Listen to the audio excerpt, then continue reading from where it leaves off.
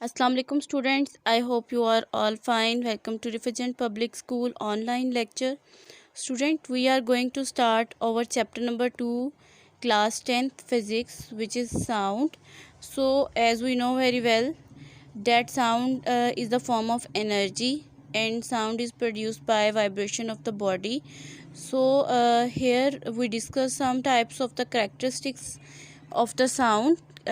Sound की क्या characteristics होती हैं, उनकी प्रॉपर्टीज़ क्या होती हैं, इन सबको हम इस चैप्टर में डिस्कस करेंगे. So first of all we have to be know that what is sound wave. As I discuss that sound is the form of energy. A sound wave is pattern of disturbance caused by movement of energy traveling through medium as it propagate away from its source. एक sound क्या है, वो wave pattern है, वो disturbance है जो कि movement of energy से कॉज होती है, जिसमें पार्टिकल्स की मूवमेंट होती है एक फॉर्म से दूसरी फॉर्म में, और away from the source movement से पार्टिकल जो हैं उनका सिस्टम डिस्टर्ब होता है और वो वेव लाइक स्ट्रक्चर में मूवमेंट करते हैं. So production of sound like other wave sound is also produced by vibrating bodies due to vibration produce sensation of sound in our air. Vibration की वजह से ही हमें साउंड जो है वो सुनाई देती है. एग्जाम्पल इसकी क्या है, in a guitar sound is produced due to vibrations of its string. Our voice result from the vibration of our vocal cord. हमारे वोकल कोड की वाइब्रेशन की वजह से हमें साउंड सुनाई देती है. Human hearts beat and vibrations of other organs like lungs also produce sound wave. Doctor use stethoscope to hear this sound. ठीक है, मतलब कि हमारे पास क्या है, जितने भी हमारे ऑर्गन्स हैं इवन वो भी साउंड प्रोड्यूस करते हैं, वो भी डिफरेंट टाइप ऑफ वाइब्रेशन. जैसे कि हमारे जो है वो चेस्ट की साउंड सुनने के लिए डॉक्टर जो है उस स्टेथोस्कोप से चेकआउट करते हैं कि विजिंग साउंड तो नहीं आ रही. Sound is produce by vibrating bodies in school. ये यहाँ पे इसका एक छोटी सी हम लोग एग्जांपल देंगे इसकी. In school we use a device called tuning fork.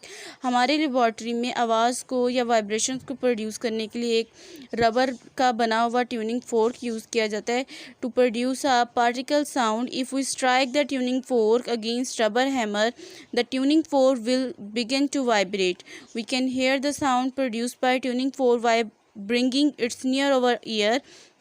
जब हम लोग इस ट्यूनिंग फोर्क को किसी भी रबर हैमर से टकराएंगे तो उसकी आवाज़ प्रोड्यूस होगी और हम इस ट्यूनिंग फोर्क की वाइब्रेशंस को अपने कान के करीब करके सुन सकते हैं. We can also feel the vibration by slightly touching one of the prong of the vibrating tuning fork with a plastic ball suspended from a thread. Touch the ball gently with the prong of vibrating tuning fork. Ball will move due to the vibrations. अब हमें पता है कि जो tuning fork है उसके दो prong होते हैं, दो हिस्से होते हैं, ऊपर दो यू की फॉर्म का होता है. तो हम उसका जो एक उसकी लेग हम कह सकते हैं, जो उसका एक कॉर्नर है उसको हम लोग टच करके या उसको उस कॉर्नर से किसी भी बॉल को मूव करवा के हम जेनेटली चेक कर सकते हैं कि इसमें किस तरह से वाइब्रेशन क्रिएट हो रही हैं. तो ये एक ट्यूनिंग फोर्क एक सिंपल एग्जांपल है, एक सिंपल एक्सपेरिमेंट है जो कि हम लोग लेबॉर्ट्री में साउंड प्रोड्यूस करने के लिए और वाइब्रेशन प्रोड्यूस करने के लिए इसको हम लोग यूज़ करते हैं. सो हमने इसकी वाइब्रेशन तो चेक कर ली. अब इसकी वाइब्रेशन एक और मेथड से हम चेकआउट कर सकते हैं. Now if we dip the vibrating tuning fork into a glass of water we see that it will splash.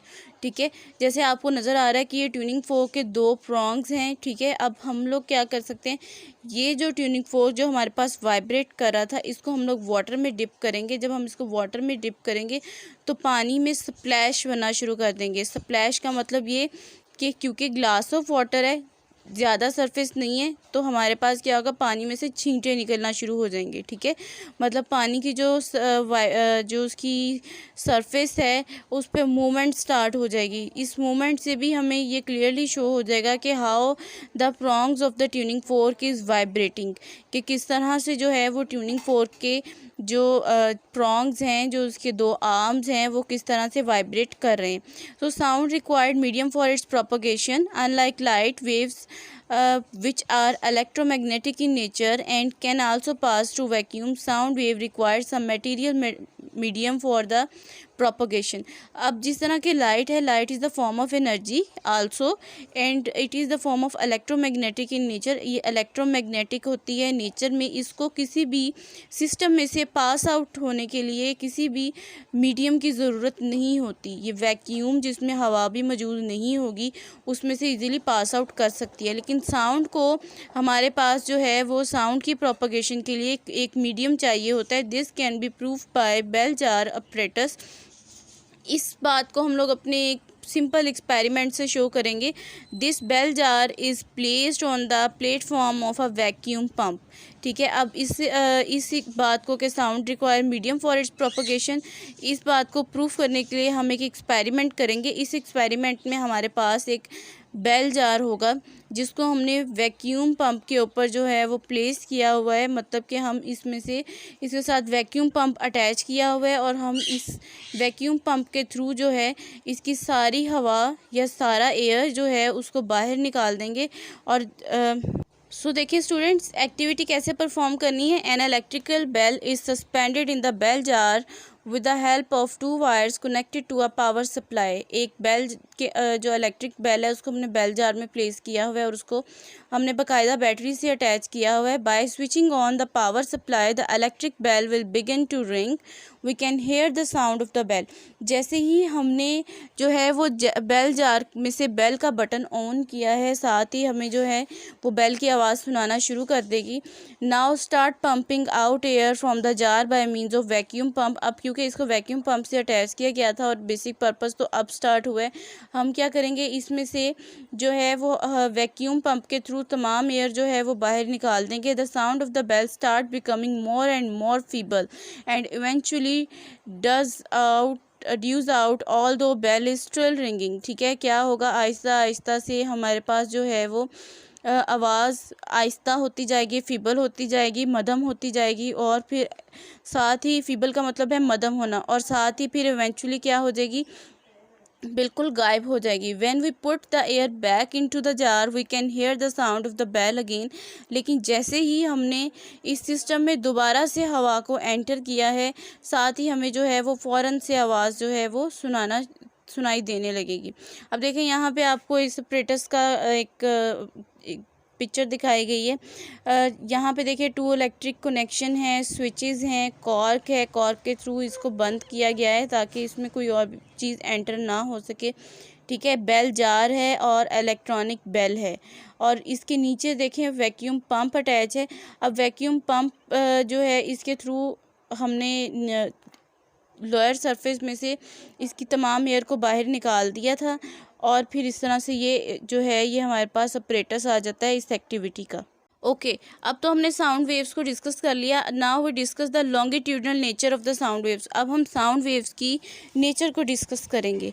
Propagation of sound wave produce by vibrating tuning fork can be understood by vibration of a time tuning fork. ठीक है, मतलब हमारे पास जो propagation थी sound की tuning fork थी, वो हम लोग जिस तरह के साउंड वेव जो है वो प्रोपगेट करती है, फैलती है, वो हम लोग ट्यूनिंग फोर्क की जो प्रोंग की मूवमेंट थी उससे अंदाज़ा लगा सकते हैं। Before the vibration of tuning fork density of air molecule is uniform state.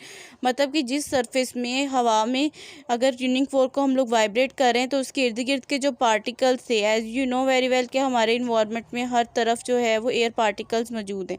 अब जो इसके इर्द गिर्द एयर पार्टिकल्स थे वो बिल्कुल रेस्ट स्टेट में थे, लेकिन जैसे ही हमने उसकी ट्यूनिंग फोर्क के एक प्रोंग को या एक आर्म को हमने वाइब्रेट करना शुरू कर दिया तो साथ ही जो उसके आसपास के राइट और लेफ़्ट के पार्टिकल्स थे उनमें भी कोलिजन स्टार्ट हो गई होगी, उनमें भी मूवमेंट स्टार्ट हो गई होगी। When the right prong of the tuning fork move from mean position O, मतलब रेस्ट पोजीशन से, to B, it exert some pressure on the adjacent layer of air molecules and produce a compression. Obviously जैसे मैंने आपको बताया कि हमारे पास जब हमारे पास जो ट्यूनिंग फोर्क है वो बिल्कुल रेस्ट स्टेज में ओ में था तो उसके इर्द गिर्द के जो मॉलिक्यूल्स थे, एयर मॉलिक्यूल्स, वो बिल्कुल रेस्ट स्टेट में थे, लेकिन जैसे ही हमने उसके एक प्रोंग को मूवमेंट करवाई है, उसके इर्द गिर्द जो एयर मॉलिक्यूल्स हैं वो कंप्रेस होना शुरू कर देंगे। मतलब जिस डायरेक्शन में वो फॉरवर्ड मूव करता है, बैकवर्ड मूव करता है, तो उसके एयर मॉलिक्यूल्स जो हैं वो कंप्रेस्ड होना शुरू कर देंगे। This compress air layer is turn compress the layer to it and so on. मतलब कि एक पार्टिकल कंप्रेस होगा, वो दूसरे पार्टिकल पे प्रेशर डालेगा, इस तरह फॉरवर्ड मूव करते जाएंगे। A moment later, the prong began to move B toward A. Now the pressure in the adjacent layer decrease and a rarefaction is produced. This rarefaction is transferred to air layer next to it and so on. मतलब backward movement start हो जाएगी, आगे forward वाले आगे वाले particles पे compression हो रहा था, पीछे वाले की तरफ होगा। As it moves, series of compression and rarefaction produce here. The direction of propagation of sound wave is along the direction of oscillating air molecules. जिस डायरेक्शन में मॉलिक्यूल्स जो हैं वो मूव कर रहे हैं, जिस डायरेक्शन में उनमें कंप्रेशन या रेयरफैक्शन जो है वो प्रोड्यूस हो रहा है, उसको हम लोग लॉन्गिट्यूडनल, उस डायरेक्शन में जो है वो एयर या साउंड जो है वो मूव करेगी, और ये हमारे पास लॉन्गिट्यूडनल नेचर शो करती है एयर की। So you can see here, आपको यहाँ पे नज़र आ रहा है कि हमारे पास जो है एक ट्यूनिंग फोर्क की वाइब्रेशन हम शो कर रहे हैं एक चार्ट के थ्रू।